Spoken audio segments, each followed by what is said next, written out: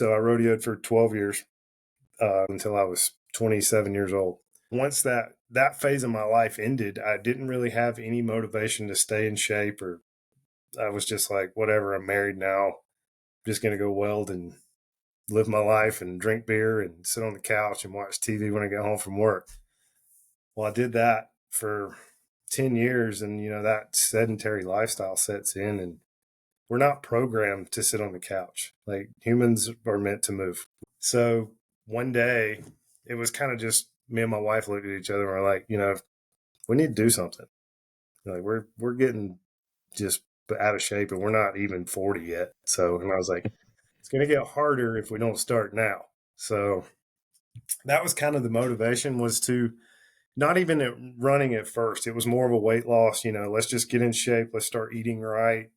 Going back to the gym, because we had done those things before and it wasn't anything out of the ordinary to go to the gym and stuff. But I had a friend of mine that I used to rodeo with. He actually lives in Wyoming. He got into running about a year before I did. And he told me, he said, hey, man, I used to, if you performed well in rodeo, or you won a rodeo, you won a buckle. I was like, yeah. He was like, well, if you run 100 miles at one of these races, they give out buckles.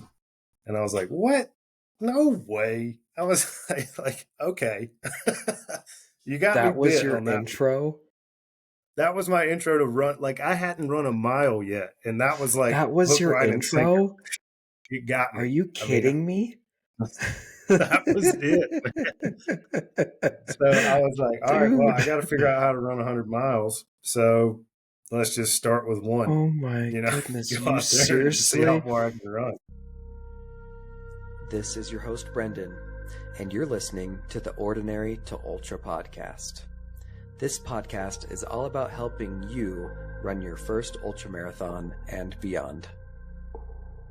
Tune in to hear new and experienced ultra runners share how they got into running in the first place, what inspired them to run an ultra, training and race day tips, and the gripping story of their first ultramarathon.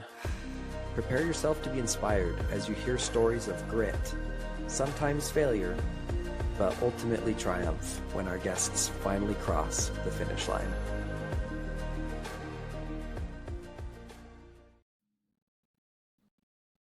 Hey Grant, thanks so much for being here with me today, man. Appreciate your time and can't wait to hear your story, dude.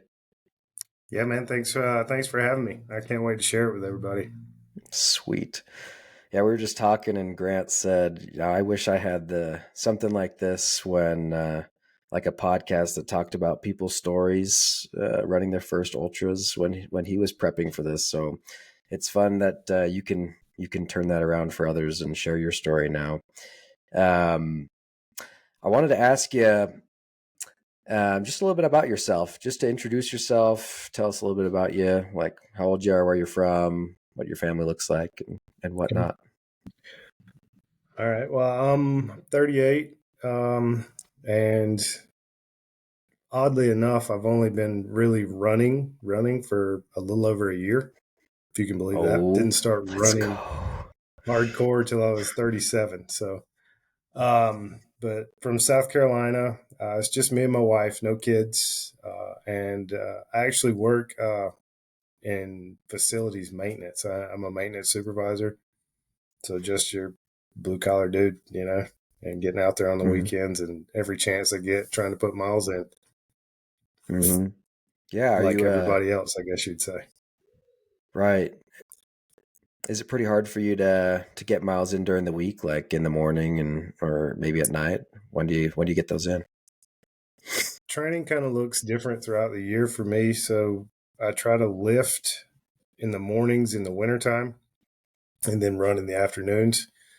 And I'll kind of flip that in the summertime because it gets so hot here in the summertime. It's unbearable to run in the afternoon. So I'll run in the mornings before work and then lift in the afternoon. So, and a lot of people call that cross training. I just call that trying to stay physically fit. So you don't have to look at lifting and running as two different things. That's just trying to stay in shape. So I love that. I appreciate that. I appreciate that a lot because that's how I think of it though. I think of it as cross training because frankly, I hate the gym. Maybe I could change Yeah. that about myself someday, but I I don't love that like it you like either. it. No? No, I don't. Okay. I go to the gym like 3 times a week, and when I'm there, I can't wait to leave. Like I want to be outside so bad. Okay, well, then we are the same. Yes. But we're not the same because you are strong enough to go anyways. So, I mean, do you go for, you said just for general fitness, or do you do it for the running Yeah. strength or? I found it really does help when you start hitting the longer distances to have that extra strength, that upper body, and even lifting, doing leg day. Leg day matters, especially when you start Yeah. getting into those runs where you're hitting a lot of vert and you're climbing 7, 10,000 feet in one race. Like you got strong legs, it makes it a whole lot easier. So Yeah. That's what all the smart people say to me about leg day and cross training. So you're yeah. smart. Good job. Yeah, for those listening, you should you should leg day. You should cross train. I know it would make me more powerful on the hills and probably everywhere else. But Yeah. And great I advice. don't consider myself a great climber when in Yeah. getting into those trail runs where there's a lot of vert. I'm not a strong climber, but I'm strong enough that I can keep a steady pace and get up that hill knowing that I get to run down the other side. So Knowing that I can run down the other side. that's it. Yeah, man. That's the fun part. Um, well, thanks for the intro and for that quick tip. Yeah, we'll be asking for all sorts of tips and things that you've learned through your time. I'd love to back up and talk about, I guess, just a year ago or so when you first got into running, or maybe you were a track kid way back in the day. If you were, I'd love to hear about it. But whenever running started for you, I want to hear about it, why and when. Well, I like to tell people, what made you want to start running? And I'm like, I really don't know. I've never liked it. Running to me, growing up playing sports was always a punishment. Like that, you did something wrong if you're having to run. So I mean, I Dang, always joke. I that's was one of true. the. I say this now, and I don't know if you've ever seen Eastbound and Down, Kenny Powers. He says it the best.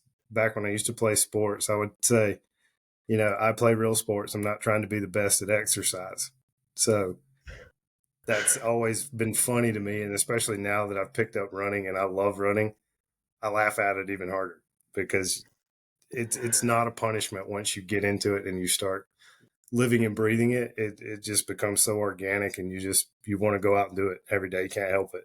So it's always been something that I haven't avoided, but I can't really say that there's a whole lot of people, unless they started early in life enjoying it, that they didn't look at it as like, why would you run?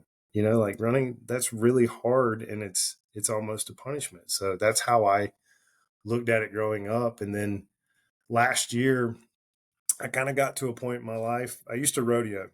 So I rodeoed for 12 years, rode saddle bronc from high school until I was 27 years old. And so once that phase of my life ended, I didn't really have any motivation to stay in shape, or I was just like, whatever, I'm married now. I'm just going to go weld and live my life and drink beer and sit on the couch and watch TV when I get home from work. Well, I did that for 10 years, and that sedentary lifestyle sets in, and we're not programmed to sit on the couch. Like humans are meant to move. We are 100% meant to get out there and move. So one day it was kind of just me and my wife looked at each other and we're like, we need to do something. Like we're getting just out of shape, and we're not even 40 yet. So, and I was like, it's going to get harder if we don't start now. So that was kind of the motivation, was to not even at running at first. It was more of a weight loss, let's just get in shape. Let's start eating right. Going back to the gym, because we had done those things before and it wasn't anything out of the ordinary to go to the gym and stuff. But I had a friend of mine that I used to rodeo with. He actually lives in Wyoming. I lived there for a short amount of time. So probably not too far from you out there. I was in Cody, actually. So Okay. He also did the same thing, but he got into running about a year before I did. And he told me, he said, "Hey man, I used to, if you performed well in rodeo or you won a rodeo, you won a buckle." I was like, "Yeah." He was like, "Well, if you run 100 miles in one of these races, they give out buckles." And I was like, "What? No way." I was like, "Okay." You got me That was bit your on that. intro? That was my intro to run. Like, I hadn't run a mile yet. And that was like That was hook, your line, and sinker. intro? It got Are me. you I mean, kidding me? that was it. So I was like, all right, well, Dude. I got to figure out how to run 100 miles. So let's just start with one, Oh my you know, goodness. go You out there and see how seriously? far I can run. I just got to comment on this. Like the fact that you All right. started with 100 in mind from the beginning is I didn't nuts know how hard. because I had no idea how hard that was going to be. most people get into running. They're like, yeah, I want to do a 5K. And they're like, sweet. And then they like slowly learn that there's like, oh, there's longer distance running, marathon. Yeah. And they're like, there's something longer than a marathon. But no, not you. You're just, your buddy here just spoiled it He for just you. threw me in the deep end of the pool, basically. I mean, you'd heard about 5Ks and 10Ks. I didn't even know what those were because I'd never ran one. I like, what's a 5K? How far is that? So I had to Mm-hmm. like look into that. And of course, the 100-mile distance was always in the back of my mind, just simply for the fact I was like, well, I can't win buckles at a rodeo anymore. So that's my way to do it. Mm-hmm. Dang. But I also wanted to do it. I didn't want to just go sign up for a 100-mile race. So I Good job. wanted to do it the right way and kind of went through the whole process. I did the step by step, the 5K, the 10K, and progressively went up through the distances. And this year But was my it's, first at 100 miles. So yeah, yeah. Well, it sounds like you probably did that progression pretty fast. Like when was your I did. 5K and 10K and like how, I mean, did you what races have you done up till, and yeah, we'll get into your 50K story, but So like up to that, how many races, what distances have you done? so my first 5K was a local church put on a color run. And I was like, Yep. cool. And a friend of mine here in town, we got into running a little bit together, and he wanted to start back running. So he was my coach, if you will. Like, he kind of took me through the progression. He's like, hey man, you're coming out here way too hard. Like, you need to chill out or you're going to hurt yourself bad. So I was like, okay. So he basically taught me the mechanics of how to build a base and how to get yourself prepared for running a long distance, longer than a Ooh, mile. In my mind, I'm like, I just got to go out there and run as hard as I can for as long as I can. So he, yeah. he kind of veered me off that path and took me down the right road. And we signed up for my very first 5K. Was actually, I looked at it. It was March 18th last year. So that was my very Okay. first 5K ever. And then from there, it was just, like a couple of months later, I signed up for another one. And then a month after that, I signed up for a 10K. Okay. And then another 5K, another 10K. And then my very first half marathon was last October. So Okay. it was a very, very quick progression. And that half marathon Yeah. was actually my very first trail race.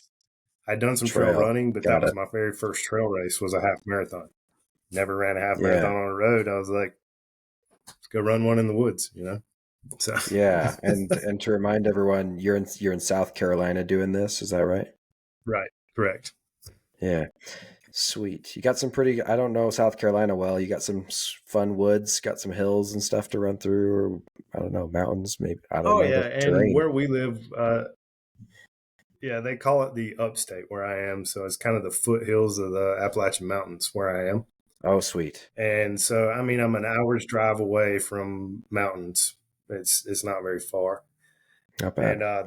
that kind of leads into my 50K, the one I just recently ran. That was in up in the mountains up. It's still in South Carolina, but part of the mountain chain that runs through the Okay. state. So you And went from your half in October to a 50K, I think you said in December. Is that when it was? no, that was the 50 mile. Oh my goodness, I skipped. Okay. Let me When was the 50K? here. I'll make it easy. I'll run you through the progression of my distances. So I Ah, went 5K, 5K, 10K, half, and then I ran a full. I did a full marathon on the road, and that was also October of last year. I ran that right after in the same month. I basically used that trail race, that half marathon, to train for the full. I yep. ran the full marathon to train for, well, actually, let me back that up. My first 50K was a race that I put on. I Okay. actually You did it put on a yourself. race last year, and it was fantastic. It was awesome. And so I had no plans on actually running the race, but the idea that I had, I wanted to participate. So I ended up running a 50K that night with people that were participating in my race. And it's one of those no cutoffs, no speed. It was a mile and a half loop around my parents' farm. You just run from dusk till dawn, as many laps as you can do. And the most laps at dawn wins. And so Hmm. I ended up doing 30 miles that night just over the course of the night.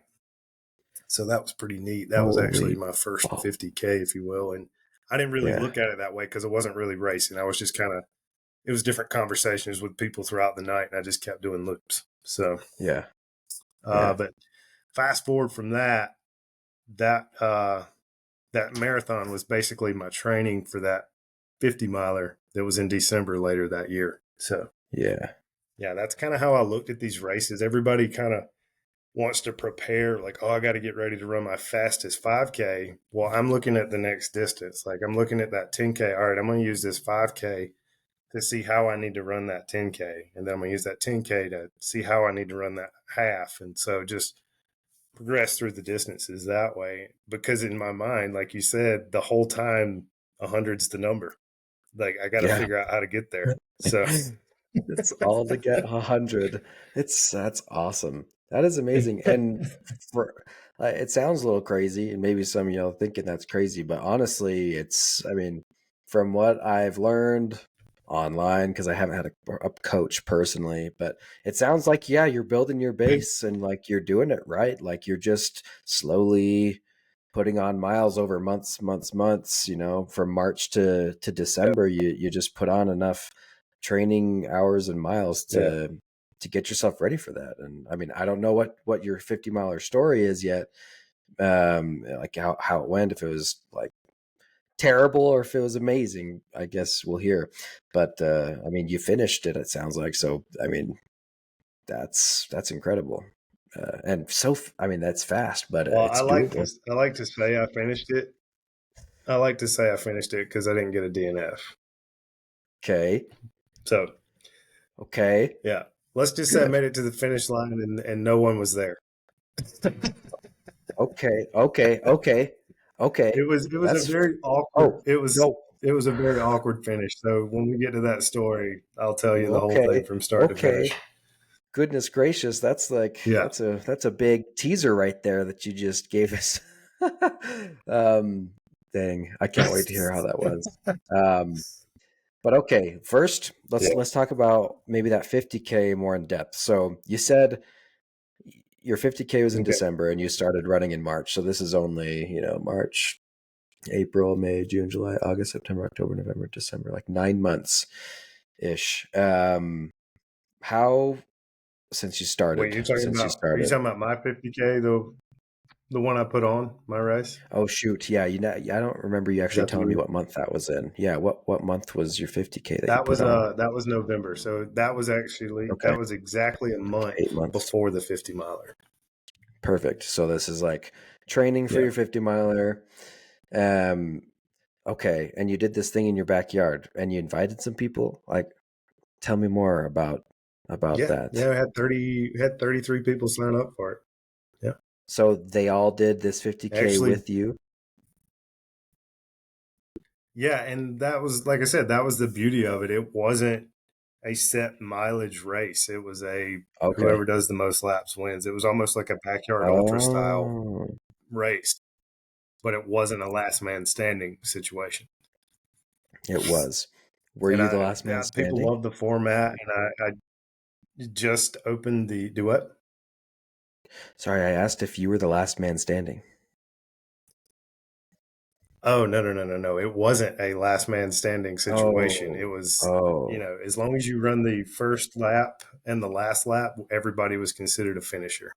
So you had to run the sweet. first lap at dusk and the final lap at dawn, and you got to run it just Oh, like everybody else. Doesn't matter if you ran 10 miles, 50 miles, 2 miles. You were a finisher if you did the first and the last.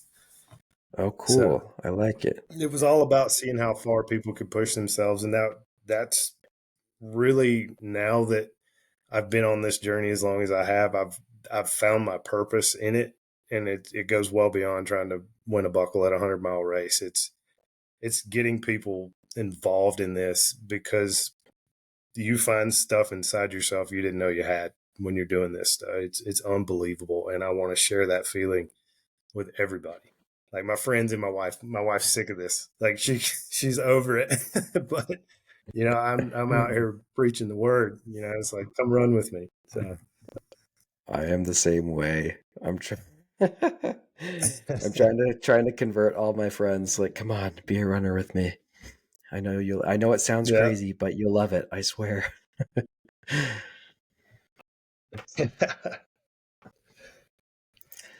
So, yeah, I just opened up the registration this year for my race again, and I've already had 6 people that ran it last year sign up. Like, race hadn't even been open 24 hours, and so people are already signing up. It's great. I love it.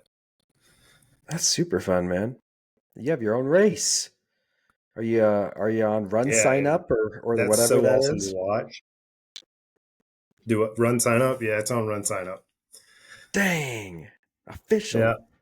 yeah. It's so cool, man. And that was the best feeling too, watching this whole thing come to life. It was like a proud dad moment, watching your kid grow up right in front of you. It was pretty sweet. So That's really cool. And how did you get people to sign up for this? Were these all just friends, people that you knew, or was it just you put it out in the community? How'd you get the word out?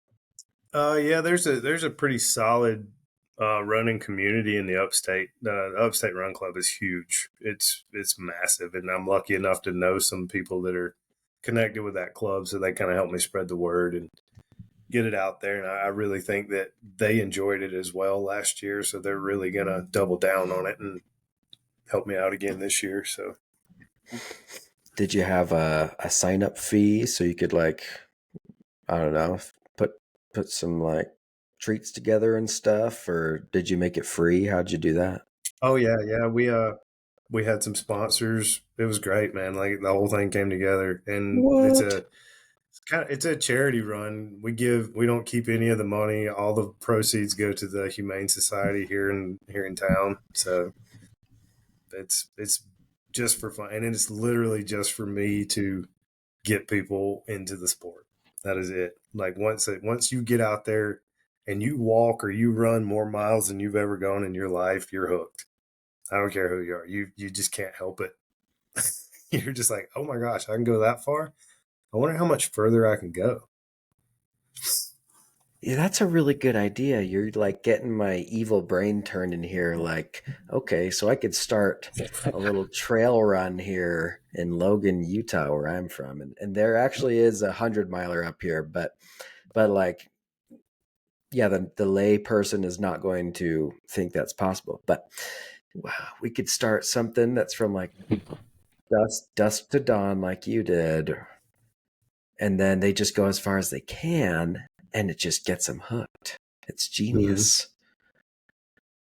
It's Yeah, genius. there's a big race here that it just finished this weekend. Actually, it's called the Country Mile, and it's kind of the same, it's very similar setup, but it's a 48-hour run.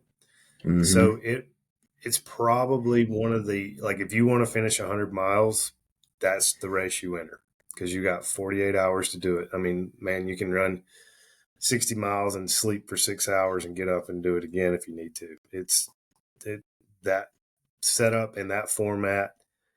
he gets hundreds of people every year to come, and he gives out, I think he gave out 185 buckles this year. That's insane. That's crazy. That's a lot. And they're like dinner plate buckles. They're huge. That's what you got to do. Okay. Well, that's great info on your 50K, and that's awesome that you put that together. And thank you for being an inspiration, because I want to do something like that now. Yeah. So your 50 miler was a month after that, and it sounds like that was an established race. Yeah. And That's where was that again? that's the Lookout Mountain 50, and it's in Chattanooga, Tennessee. It's kind of on the border, Georgia and Tennessee. Okay. And there's quite a bit of climbing in that one. I mean, it's not an Yeah. easy race by any means. Yeah. And So a lot of people, actually, my friend from Wyoming just ran a race here in Georgia, the Georgia Death Race. He just ran that last weekend, and he said, I have a new respect for the Appalachian Mountains. The terrain there is unforgiving. And I was like, bro, I feel the same way about the Rockies. I don't know what you're talking about. And I mean, it really is. The Appalachians are relentless when it comes to weather and terrain, and they don't ease up. yeah. From what I've seen, yeah, that's so true. Makes for a fun race. So how much Mm-hmm. vertical do you think you had? Or do you know how much vertical there was in this 50 miler? The Lookout. Now, this is what my watch said, but you know how accurate that could be. It can't be 100% right. It said I climbed 7,999 feet over 50 miles, so right at 8,000 feet. And a lot of people might think, oh, that's not that bad.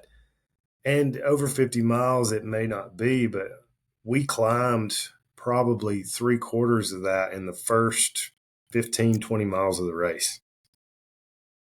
It Oh, was, it was, front loaded. I don't know if that's better or yeah, worse. Because on tired 45-mile legs, that much may have destroyed you. So maybe better at the front yeah. than at the back. I don't know. Um, okay. I'd love to hear everything that you recall and remember about this day that you ran the 50 miler, like from like what time you woke up to like what you had for breakfast and how many bathroom breaks did you take before you went, and like the weird details, Yeah. whatever you remember from before, during, and then when you hit the finish line. Oh, yeah.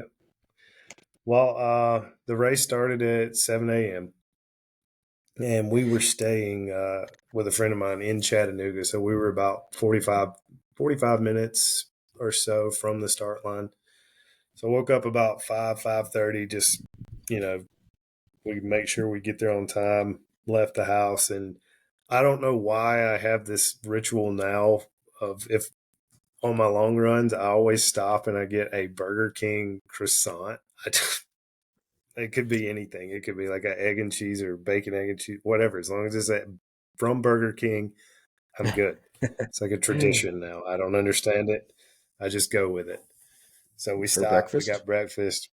Uh-huh. Yep, that was my breakfast, and got that on the way up to the race. Got there. I was already trying to go ahead and make something happen. I was drinking coffee. I was like, I got to make the bowels move for this long day. So I'm just trying to make it happen at this point. And luckily, right before the race, got business done. I was like, awesome, cool.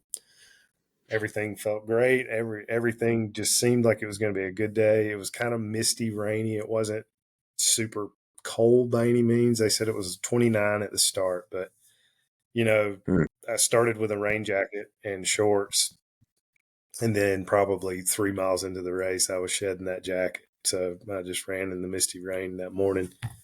But Hmm. starting off, everything felt great, and it was mostly flat for the first 6 miles or so.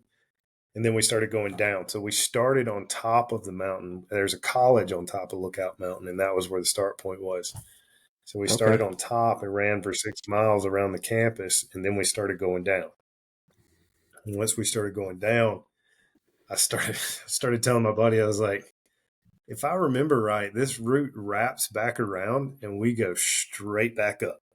And he was like, oh yeah. I was like, we get to climb Lookout Mountain, and it's not even going to be 10 o'clock in the morning. This is going to be fun. So we're just trotting along, and everything was probably, I don't know, going good. I would say it was going good, but probably not as good as it should have been, because looking back on it now, that's when we should have been digging some, extra time. We weren't thinking about it at the time. We're just like, all right, 50 miles, we got to pace this out and take it easy. And I'm running with my friend that's from Wyoming, and he's ran ultras before, so he's kind of, like, let's take it easy, take it easy. Mm-hmm. But I realize now, looking back on it, while we were going down, we should have just took that and rolled, like took it all the way to the bottom and banked some time. But we're trying to play it smart, not trying to get injured in the first 11 miles of the race. So we hit an aid station at mile 6. We were still good on water, hadn't drank very much, and that's kind of, I've gotten to notice the way my body reacts in these longer races now. Yeah. If there's a short aid station from the beginning, like a 4 mile aid station or a 6 mile aid station, I usually don't hit that one. I don't Mm-hmm. need to. Yep. I'm usually somewhere around the 8 to 12 miles is where I start running out of water. Yeah. Excuse me. And so we knew that we would hit another one at mile 12, so we just booked it on past that one. Mm-hmm. And had a friend of mine that was crewing us for that race. He met us at mile 12. And I had done a lot of experimenting with nutrition before this 50 miler, so I kind of knew what was going to hit my stomach, what was going to react, all that stuff. And I have found, I don't know if you've ever used Tailwind before, but I to have me, not. that's been ultimate trail fuel, man. Like, it doesn't make my stomach upset. It gives me everything I need as far as electrolytes, calories. You would think I'm sponsored by them at this point if you saw how many boxes of Tailwinds I have in my house. But yeah, I use the crap out of that stuff, man. I've heard good and bad, but it works good for me. So, and that's all So personal preference. But you use that for energy and for electrolytes, is what you're saying. So I mean, do you right, eat yeah, other it's kind of your food one-stop too? shop. Do what? Do you eat other food as What was that? well to supplement that, or just the tailwind? Oh yeah, yeah, Okay. absolutely. Now in this race, this was my first that distance where I knew I was going to have to eat stuff during the race, and so I didn't want to experiment too much. I just stuck to what I normally ate. It's like I'm not going to like try to eat a bunch of goos, or I'm not going to rely on that stuff for fuel. Let's just eat regular food. Like, give me some Pop Tarts, bananas, and cookies, and the normal stuff. Mm-hmm. So that was, we hit 11. Sure enough, had some Pop Tarts and cookies and a banana and water, and took off. And we knew we wouldn't see him again until mile 18 or 19. But there Mm-hmm. was another couple of aid stations along the way. So we started to climb back up, and the next point where we were going to see him at mile 19 was back at the campus where we started. So, like I said, in that first 20 miles, we went down Lookout Mountain and back up. So back up we go. And I started in a newer pair of shoes, and I was like, I don't know if these shoes are gonna, if they're gonna hold up or not really hold up, or if they're gonna tear my feet up. I was worried about that. Just Yeah. new shoes. I didn't want my feet to start feeling weird early in the race. So I was like, look, I've Yeah. ran 20 miles in these shoes before, and that's all I'm going to run in them today. So I'm going to run 20 miles, and then I'm going to put my Hokas back on, because I know we're going to be good with those. Like, I put many miles on those. So What I got back up what to were the your top. shoes that you were running in off the bat? The Solomon Sense, which I've Okay. actually had a couple of pairs of those now. They're really Okay. good. They're light and fast, but they are not endurance shoes. They will, I mean, and some people could run 100 miles in them. I cannot. I That's just about 20 miles, maybe a 50K. I have run a 50K in them and done okay, but anything beyond that, man, they just start chewing my feet up. So So you crack your I Hoka got back. speed goat out or something? I've actually got the Torrents, man, the old school, Torrents, like the old one of their, school. yeah, man. Okay, cool, man. They're super comfy and just like my old reliable. So Sweet. I got back up there and uh, changed my shoes out at mile 20. Oh, and pickle juice is that's my jam, dude. I don't know if you drink it or not. Oh man, I've heard about that, and that just sounds absolutely terrible because I'm a pickle hater. But for all those that can Oh do no. pickles and vinegar and whatever, like that's great because Yeah. it sounds like it works really well for a lot of people actually. But that sounds absolutely terrible If to you me. need Yeah, if you need your sodium and your salt, buddy, that will pump it in you quick. And I've just gotten to where I actually like it. Like I start craving it at certain points in the race. So I always keep Dang, pickle juice. So mile 20, I hit my pickle juice. I have my peanut butter and honey uncrustable. Those are my go-to snack. Love them. uncrustable. That's sweet. Yeah, man. And then changed shoes, took off, and we knew we wouldn't see him again until mile 34 or something like that. And my buddy, just off the cuff, he was joking. He was like, it'd be really cool if you brought pizza to the next aid station. And my buddy was like, haha, okay, whatever. So took off down the trail we go. And that section, for some reason, I started tripping a lot. And I don't know if it was the shoe change or my legs were getting tired and heavy and I just weren't picking my feet up like I should. And it was kind of flat and downhill. So a lot of it was runnable.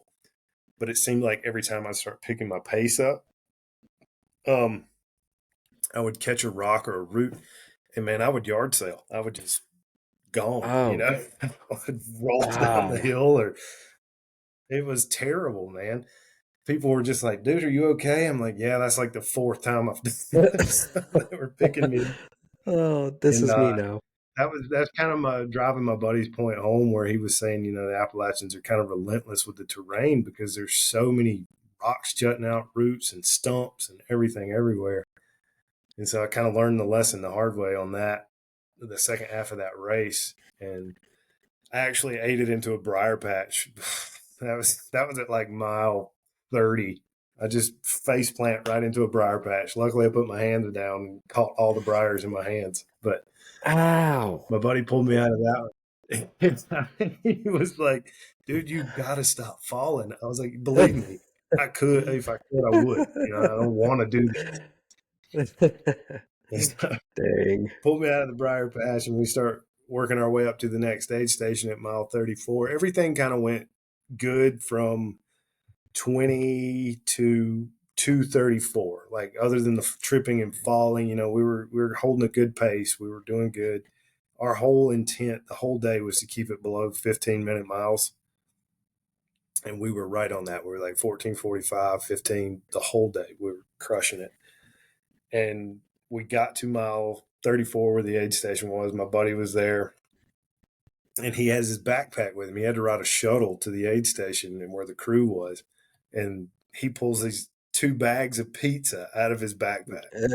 I was like, you got to be kidding me, right? Yay! And the guy I was running with, he goes, "Are you serious? You actually went and got pizza?" He was like, "Heck yeah, you asked for it. So here it is." Dude, we crushed like 3 pieces of pizza. It was awesome. Oh, It was like what the a guy. pickup we needed. Yeah, I mean, and that brought us back to life. We were, especially after the Briar incident, I was like, I don't even want to be Yeah. out here anymore. I hate this. Ate the pizza, made the loop, and it was just a small little 4-mile loop. And then we were coming right back to that same aid station. We got to that aid station and things started getting weird. Like we could tell everybody's emotions that was running the race, and especially the ones in front of us, they started changing. We're like, what's going on? Like, why is everybody getting all sad and stuff?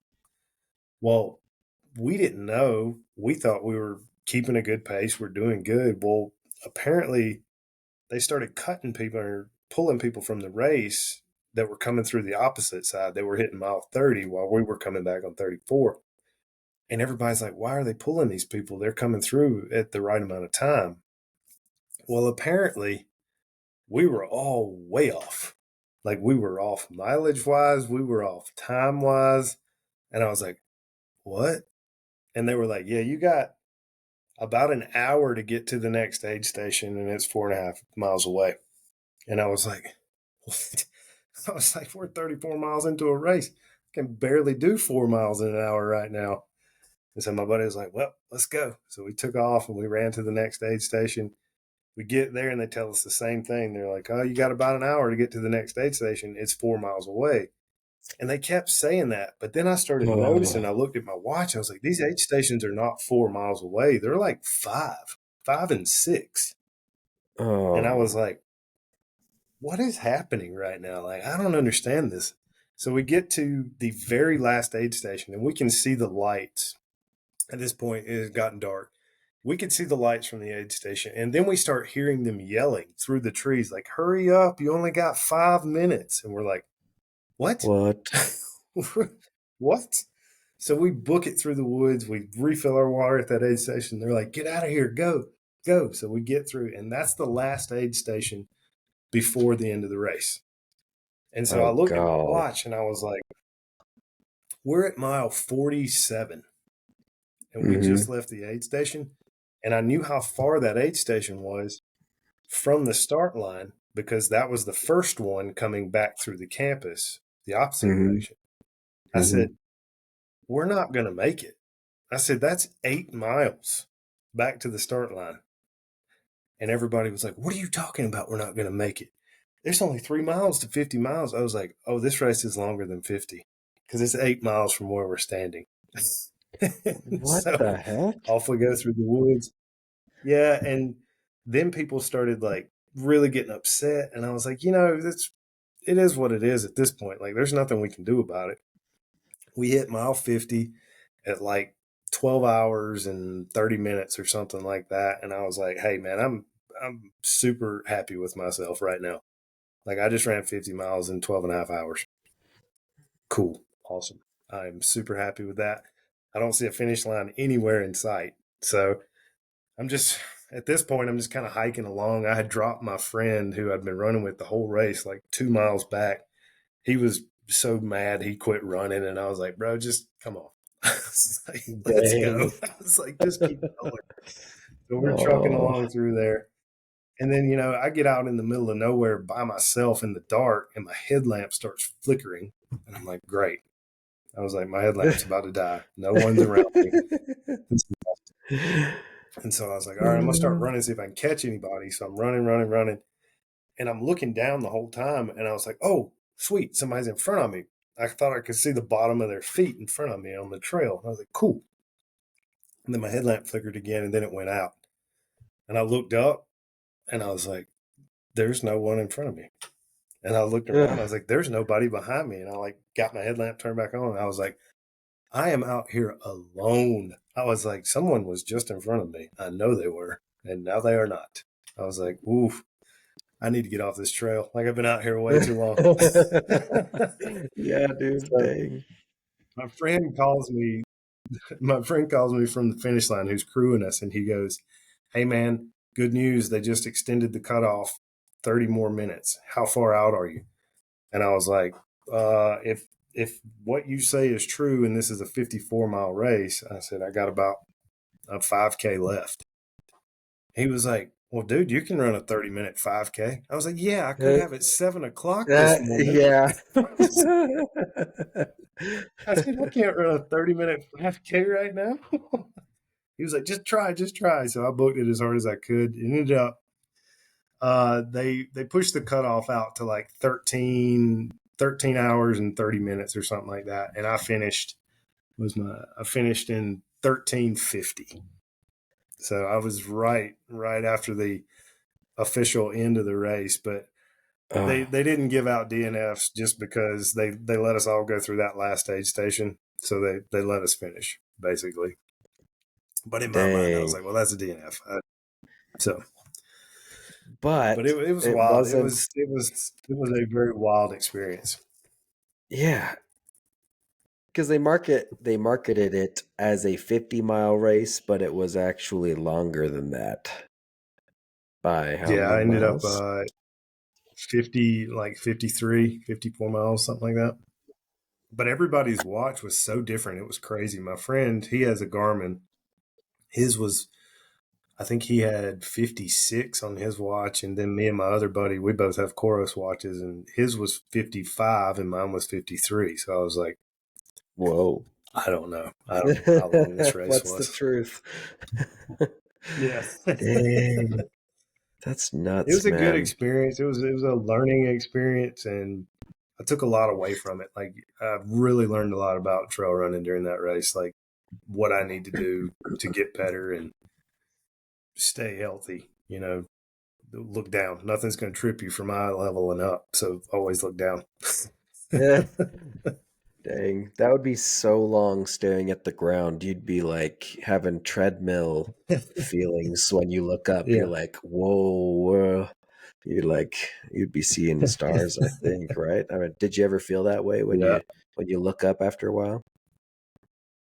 No, no, because I'm No. so terrified that I'm going to trip. Like I'm just So you just zoned keep in on looking those down. feet, man.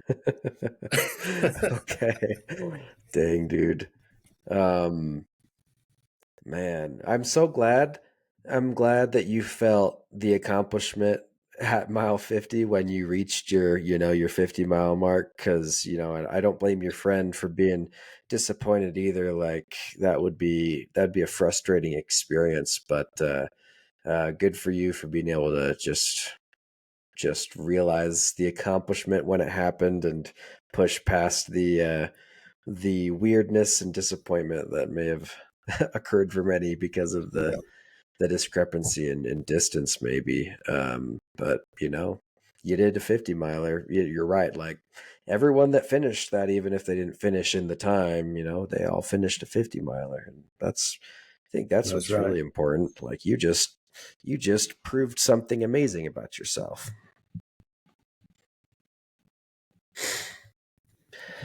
It's Yeah. huge. Um, so what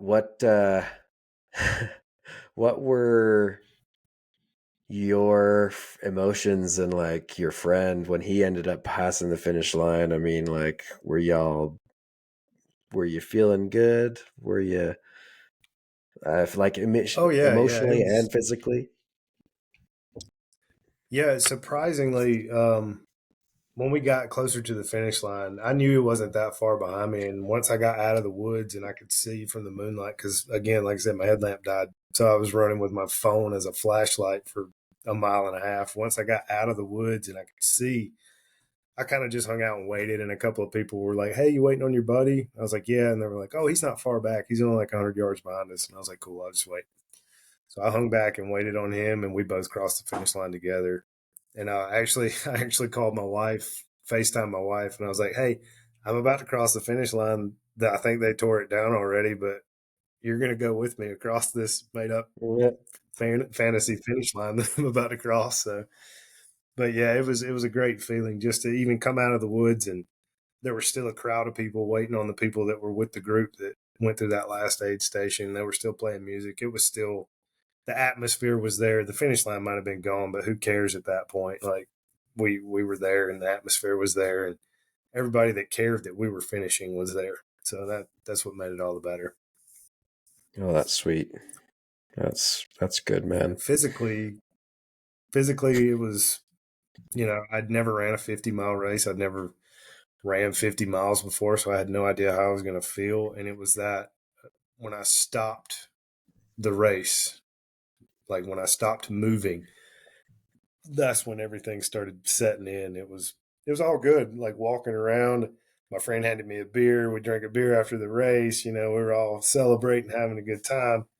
And then when I got to the car and I took my vest off and I took my shoes off, that's when like my body was just like, okay, I'm gonna go into shock now. So Yeah. just get ready for this. uh, yeah, I can imagine. Um, Dang. So you finished this, and had you already signed up for your 100-miler, or is this when you signed up for your 100-miler? Uh, no, I had not. And there was Okay. one kind of on my radar that was the one I actually ended up signing up for at that time. But it was also one of those things like once that the realization of how hard it was going to be set in after running that 50 miler, I was like, I just got to put more time on feet on time on foot. And that's what I shifted my training to more than mileage this year was just time on my feet. It didn't matter if I was going out to do 12 miles or 24 miles, they were going to take the same amount of time. I'd spend 3 or 4 hours out there running 15 miles or go out there and run my butt off for 20. It's doesn't matter. Time on foot is what is going to get me through these longer races. And it helped, but I wouldn't say I'm injured yet. I'm sure if I keep pushing it, I probably would be.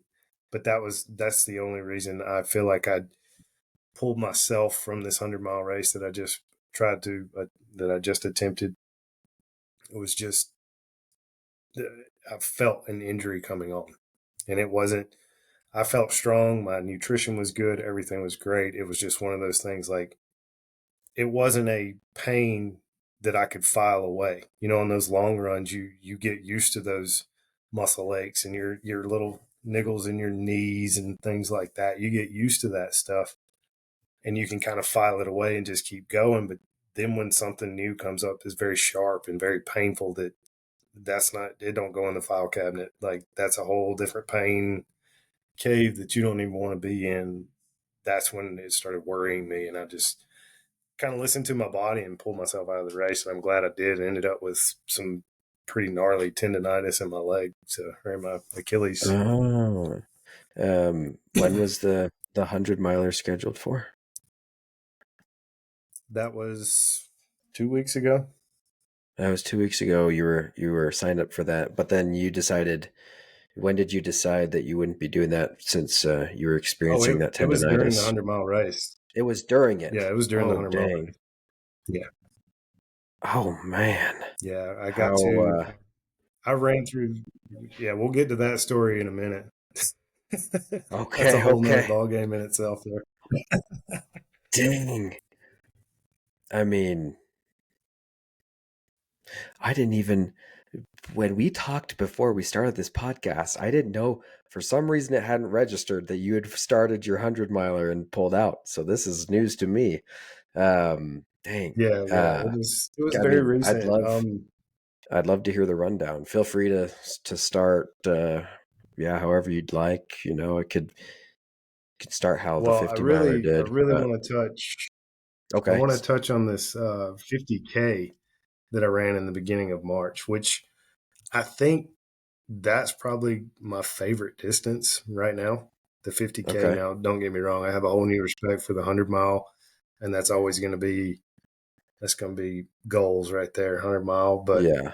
50K seems to me to be the perfect mixture of speed and distance Yeah. because depending on the style of race it is, you can really push it and crank out a super fast 50K. Or if it's even a very mountainous struggle, you can still use up all your gas on a 50K and still put in a good time. You know what I mean? Yeah. That That's true. it's it's not long enough to where you're gonna you're gonna start to hit a wall. You might, like say in the mountainous ones, but if you put enough miles and time on feet, then you're not going to hit that wall in a 50K like you would in a 50 miler or anything beyond Hmm. that. And that was what somebody asked me. They were like, "Why do you want to run 100 miles? Why don't you just want to run a marathon?" And I was like, "Why do you want to run ultras?" I said, "Well, I know I can run a marathon. I can finish a marathon. I don't know if I can finish a ultra. That's why I want to run them." Yeah. So. Hmm. Uh, but the and well, you've ran a marathon, so the Hmm. feeling in a marathon. This is one of my favorite quotes of all time. Uh, in a marathon, you go to hell for 26.2 miles. But Mm-hmm. in an ultra distance, you have the opportunity to go to hell, come back, and sometimes go again and come back again. And that rings so true. If you've ever ran a marathon, you are running your guts out for 26 miles. And like you're just trying with everything in your soul to not walk. Like it's Yeah. against the rules in a marathon. So, Yeah. and then in an ultra, you might run a marathon and you're like, well, I'm going to walk for a mile or two. I'm going to let my body recover and then I'm going to run another marathon. So, that's the biggest difference. And it's such a crazy feeling to know that you can do two of those distances in one day. I mean, it's It's definitely doable nuts. Yeah. That's a, without that feeling of the marathon. yes. Yeah, you're right. I think I've heard several times one of the big differences between marathon and ultra, road running really, and then like trail and ultra running is that pressure of running fast, like having to keep the gas on the whole time. Like, yeah, that's totally how the marathon was. I mean, yeah, most people, I was talking to some people pre-race, they're all like, yeah, I'm shooting for 240 this time, yeah, like the 6 minute 30 miles. It's like, you're insane. That's amazing. But like, you're not stopping. You're just going to be cruising.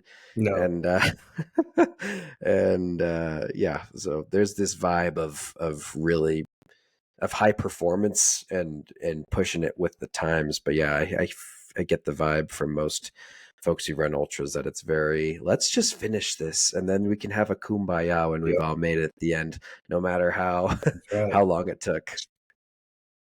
Yeah, nobody cares, man. You're not racing anybody in an ultra, but you're not even racing yourself. All you're racing is that clock, and that's it. Like there might as well be no competition out there. Everybody's out there to help you finish. Everybody's cheering you along the whole way. And I swear, if I hear another person say "looking strong" when they pass me on the trail, I'm gonna throw up. That's like everybody's looking strong. Yes, thank you, That's appreciate it. You're doing good too. is It that a thing in ultra runs? Everyone's is a thing, man. you're looking They say strong. that. That's really funny. I like that. Well, that's very nice of Yeah, everyone. a guy I run with, a guy I run with. Especially when you like come into like crew areas and where people are standing along cheering and clapping. He likes to people will be like, "Good job," and he's like, "Yeah, I know this is the worst parade ever, right?" Yeah. Like as we're coming through. That's so funny. Nice. Um, But yeah, back to the 50K. I wanted to just touch on that yeah. for just a minute because that's honestly it's one of my proudest races just because it was immensely tough. Almost 10,000 feet of vert in a 50K is unreal. So Whoa. yeah, Where? What? it was a 15-mile loop, and it's at Table Rock State Park here in South Carolina, and it's a pretty high summit. I mean, you climb probably 3,000 feet in 2 miles. So the way that the race director set this up was you kind of run around the park and the campground first to get a few miles in, and then you start the climb up to Table Rock Summit. And so you go out to Table Rock Summit, then you go back across and you go to Pinnacle Summit, which is 1,000 feet higher than Table Rock. So he found the only way to run uphill both ways. So you run up and then you run up. So it was immensely tough. And it was probably the most fun I've ever had suffering in my life. It was unbelievable how just super fun it was. And it'll be a race I run forever. It's called Conquer the Rock. And if you ever get to the East Coast, that's definitely one you should definitely do it. So, and I couldn't believe my time on that one. I ran it in less than 8 hours. I was shooting for 9. I was like, "There's no way I'm going to be able to handle all this climbing." So I'm going to set the bar, pretty mediocre. Anything Hmm. less than 9 hours is going to be great for me. So ran it right at 8 hours and was super happy about it and couldn't believe that I did it. But again, that was just Dang. one of those races. Everything went right. You wake up, do your business like you should. I didn't get my Burger King biscuit or Oh soda. That no. was the only thing. Yeah, I was camping, so I didn't have Burger King Oh, close by. dang it. But I did have a Pop-Tart to start the day. But Okay. nutrition went At right, least. everything went right. I did hit a wall, and that's what I was telling you earlier, especially people just starting out. If you want to get into these really mountainous races, you're gonna hit your wall way sooner than you do on the road. It's gonna happen. And it may not be a wall that you're ready for. Like it's gonna be a wreck. Like your body is going to go into total chaos at some point, just because you have stressed it to the max, climbing as fast as you can. And that's what happened to me. I hit, I think it was mile 20. On the way back up, it was that 15-mile loop. You do it twice, so you get to do all that vert, run back down, and then do it again. So I was going back up, climbing all that vert, and my body was just like, "No way, we're not doing this again. Nope, nope, not doing it." I was like, yeah, we are. We're doing it. we're in it. But it was one of those, you can't cool yourself down. You don't feel like you can drink enough water. You can't catch your breath.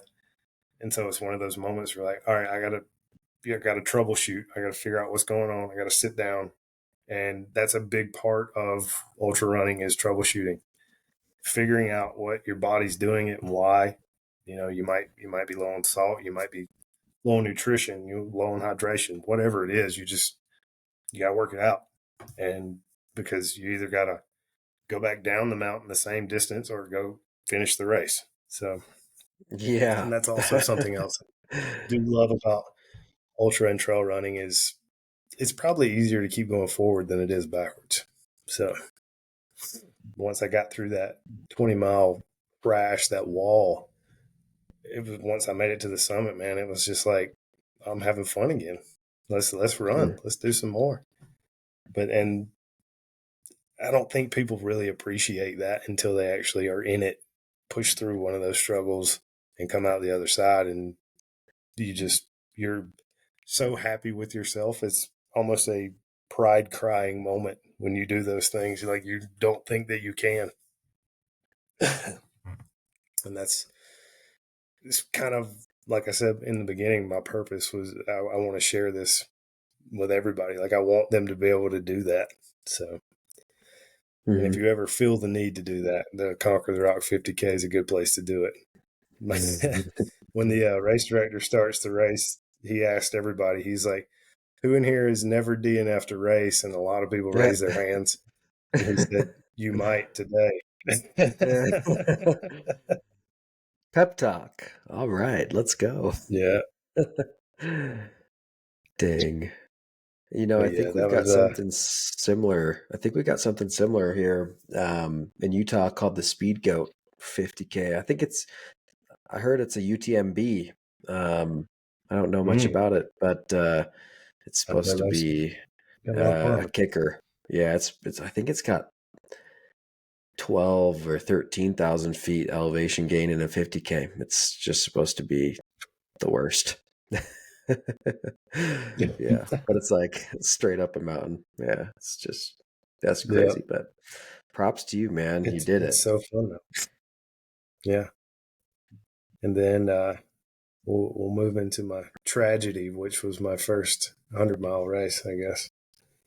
I guess. So, like I said, yeah, this 100-miler had kind of been on my radar for a couple of months. Uh, once I saw it pop up, this guy, he does a couple of races here locally, and he's big into the long distance stuff. And he started one that's very close to home at a state park nearby. And I love the format. It's a 10-mile loop format. So every 10 miles you get to pass your camp or your crew. And I was like, well, that'll be perfect for my first 100-miler. I'll be able to not be out there on the trail if something goes wrong and kind of keep check on things and, monitor myself better instead of like a point to point or a out and back, a 50 out and back would be I'd almost feel lost and lonely out there. Little did I know you can also feel lost and lonely on a 10-mile loop. So it's pretty easy little 10-mile loop away from the camp. You start off into the woods and you kind of go down by the river, and the nice little trail loops back around, kind of just a giant lollipop 10-mile loop. And it was one of those days. It was like, oh, it's overcast, muggy. It wasn't hot. It was actually pretty chilly that day, and just misty rain. It was going to be one of those nasty days, and it had rained all week leading up to this. And I knew that state park. I used to ride horses there when I was a kid, and it gets super muddy when it rains, like trashed when it rains. And I was like, this is going to be great. I get to run through this on foot. So I got out there. First loop wasn't bad, the trail looked like it had drained enough. And then once you got down by the river, the hard packed sand didn't hold any water. But as the day wore on and more traffic went through those wet spots, they just kept getting bigger and bigger and bigger and muddier and muddier and muddier.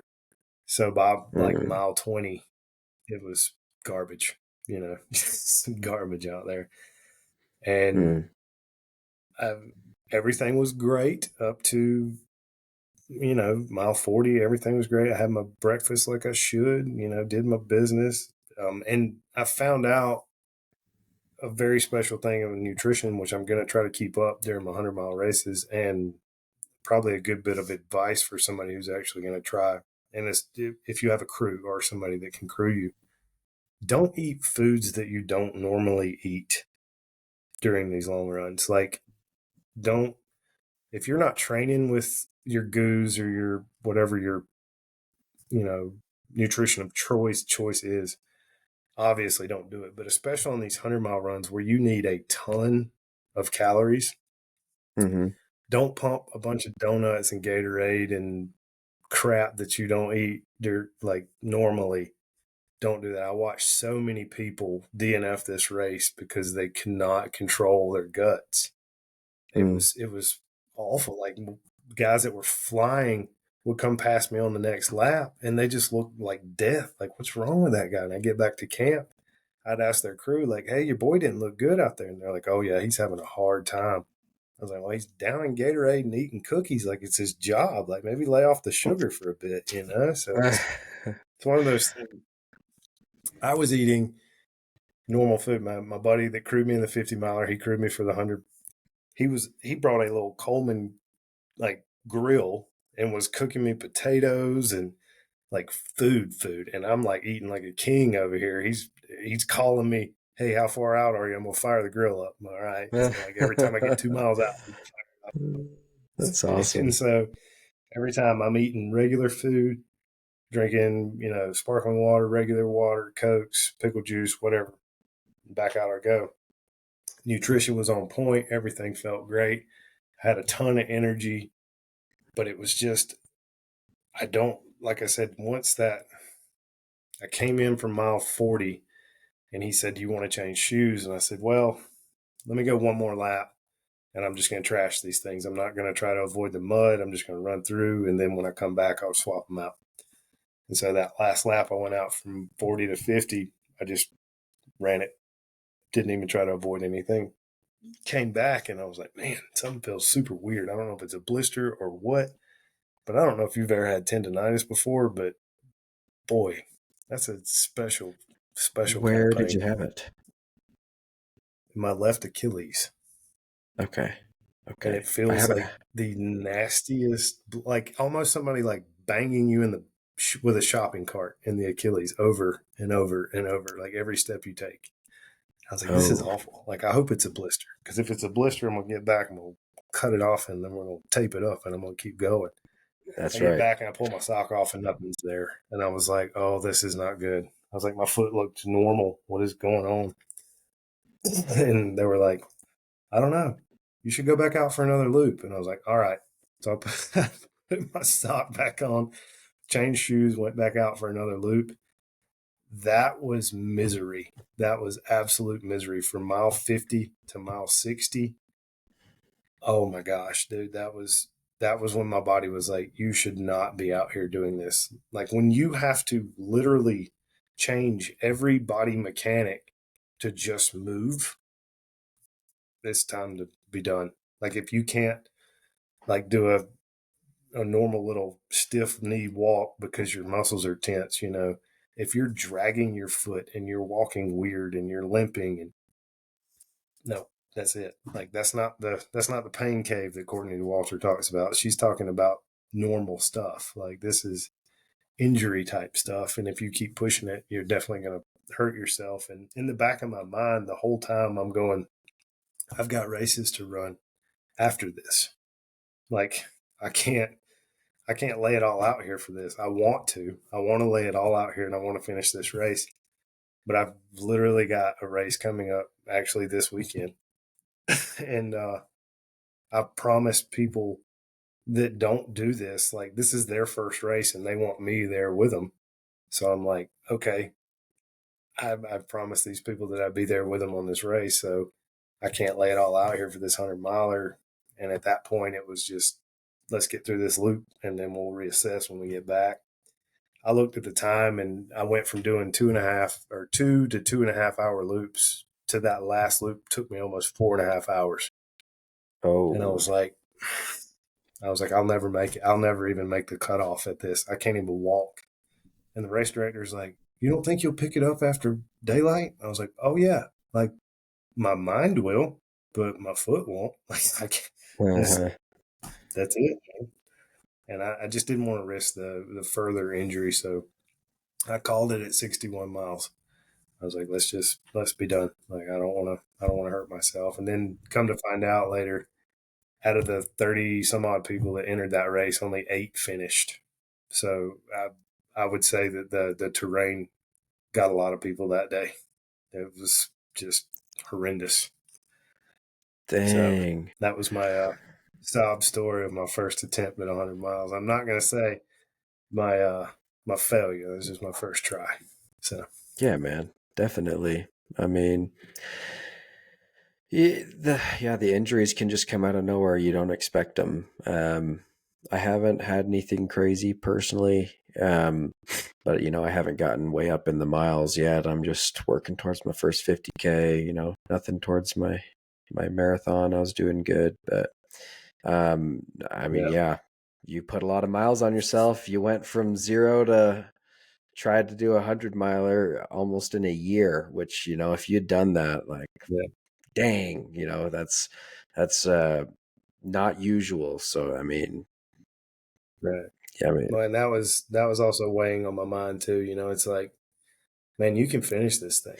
And I was like, oh yeah, I know. And like, these are conversations I had when I was out there lost and lonely on that loop by mm-hmm, myself, like suffering. I was like, you can finish this. And I was like, yeah, I know I can. But I also want to run that race with Phil and Dale next in a couple of weeks too. They're counting on mm-hmm, me. I'm not going to be selfish in this. And it's one of those things when I sign up for my next one, I'm not putting anything behind it. So I can, like, if I get injured or if it ruins me for a couple of weeks, that's fine. But mm-hmm, that's another thing you got to look at too. How much are you willing to sacrifice to get that finish? Because if you don't come through healthy on the other side, you're gonna be laid up for a little bit. mm-hmm, And some people are just lucky and get through without any injuries on those 100-mile races, and some people come through and run 100 miles the next weekend. It's crazy how people are just so different when it comes to their bodies and how they react to trauma and things like that. So, and mm-hmm, you don't know. I'd never gone farther than 50 miles, so I was into the unknown at that point. I had no idea what was coming at me after that. mm-hmm. Man, so yeah, what does your life look like? What does your race schedule future look like now? You had some races coming up you mentioned, and I imagine you're looking at your next 100. I mean, what's in the future for you?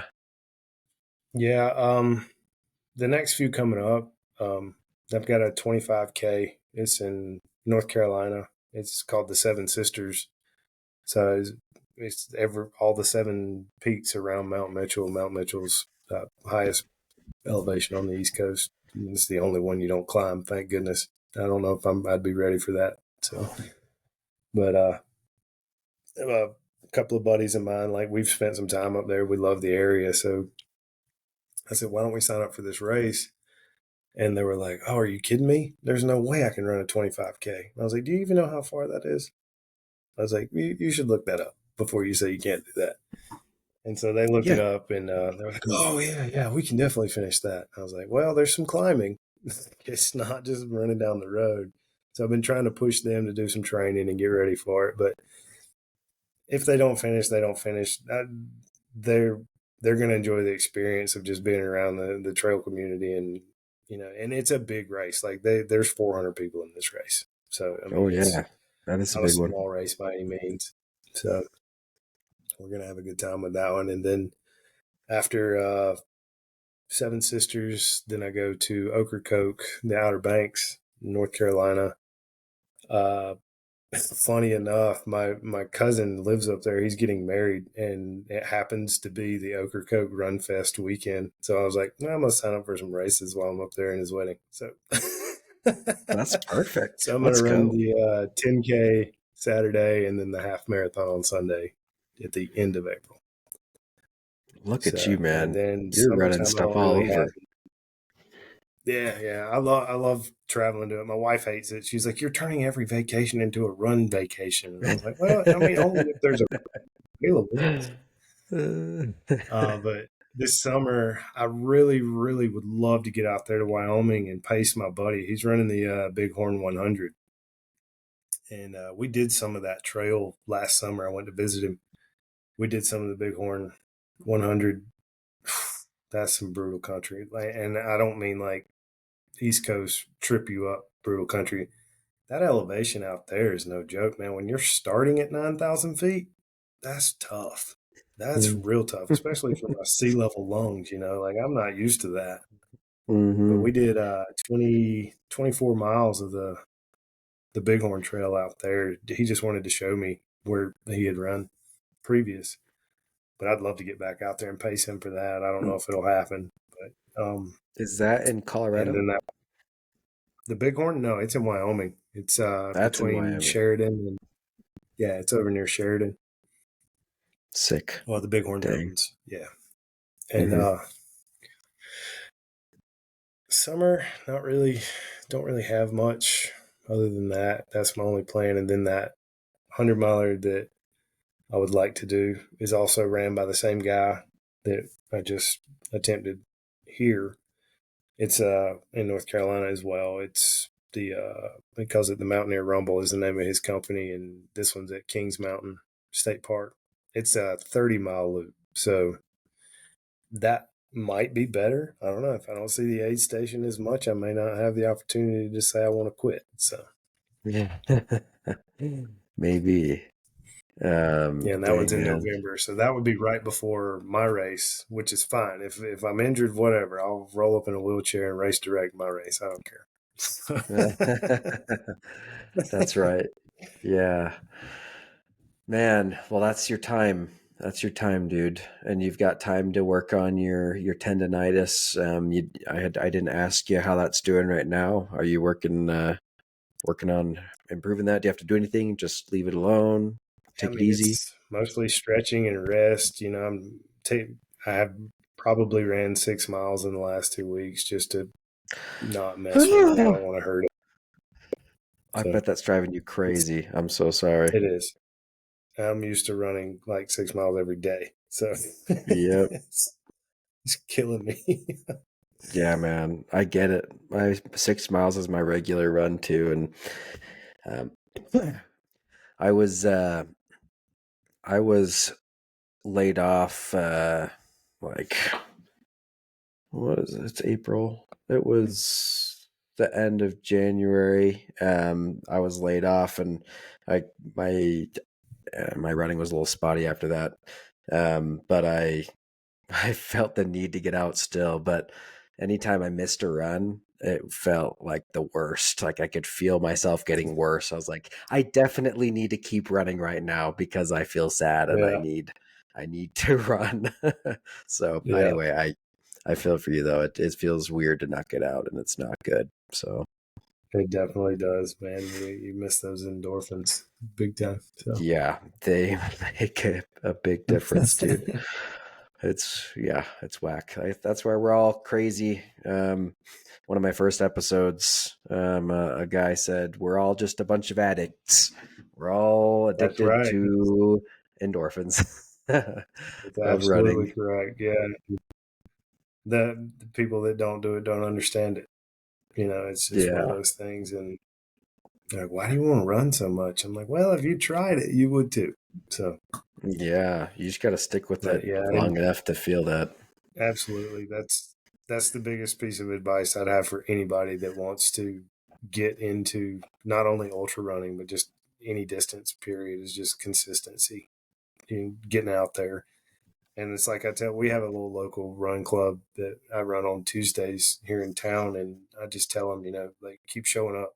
I don't care if you're out here walking every time or, you'll eventually get to the point where you're tired of us running off and leaving you. You'll start jogging, then you'll start running and it'll just get easier. And that's how it happened for me. It just one day it got easier. And I couldn't even explain it to you now when or how. It just one day I was like, holy crap, I can run 3 miles without stopping. And then one day I was like, holy crap, I can run 10 miles without stopping. It's wild. And now I Yeah, probably should get back to the speed work. I've been off the speed work for quite a bit of time, just building my base and building my endurance for these ultras. But I mean, who cares? Like, that's what it's I if you think. run 26 miles in 4 hours or if you run 26 miles in 6 hours, you still ran 26 miles, right? So That's how I feel about it. I don't care about that that's it. speed. It's just about having fun. Like if I can run the distance, then that's what matters to me. I just want to be able to do it, be able to finish it and have fun doing it. And if I'm That's it. busting my butt, I'm probably not having as much fun. That's my big thing. Everybody always laughs at me. I'm like, well, if you're not smiling, you're doing it wrong. That's what I tell everybody. So, and then I came to find out that Andy Glaze says that all the time too. I'm like, we should be friends, Andy. Nice. Nice. Wow. Um, Grant, thanks for walking me through your journey, man, all within a year. I think, that puts into perspective what's possible. Like it probably is possible to run 100 miles within a year from starting to decide to run to doing it. I bet it's possible. Some out there could do it. And, it's not that that should be the goal, but that's proof Right. that even someone who isn't running right now listening to this, or maybe you're just starting to run and you're doing some 5Ks, 10Ks, like your body is capable of incredible things and you can get there, Yep. and you could get there quick if you wanted to, just put in the miles. Yep. Your tip: consistency. Just That's it. get How out bad and how bad consistently. do you want it? Yeah. Yeah, man. The buckle. Gotta get the buckle, man. I That's can't get right. him in That's right. rodeo anymore, so I gotta get him through running 100 miles. Yeah. I don't know that running 100 miles is any easier on my body than riding saddle bronc, but we'll I don't see. know. I don't know about that. Oh, that's so funny. Well, thanks for sharing your story, man. I appreciate you, Okay. appreciate your time, and look forward to hearing about your future, your completed 100 miler at the end of this year, man. Absolutely. Well, thanks for having me, man. Enjoyed it. Hey, your host Brendan here. I just wanted to thank you personally for listening to today's episode. As someone preparing for my own first ultramarathon, I've found these conversations to be super valuable, and I hope they are for you as well. Whether you're listening on Apple, Spotify, YouTube, or somewhere else, make sure to follow or subscribe so you know when the next episode comes out. Also, make sure you check out the show notes of this episode. There's a link to sign up for the Ordinary to Ultra email newsletter, to join our Facebook and Strava groups where you can meet other people striving to run their first ultra marathon, and see any links that our guests may have provided as well. Thanks again, and we'll catch you in the next episode.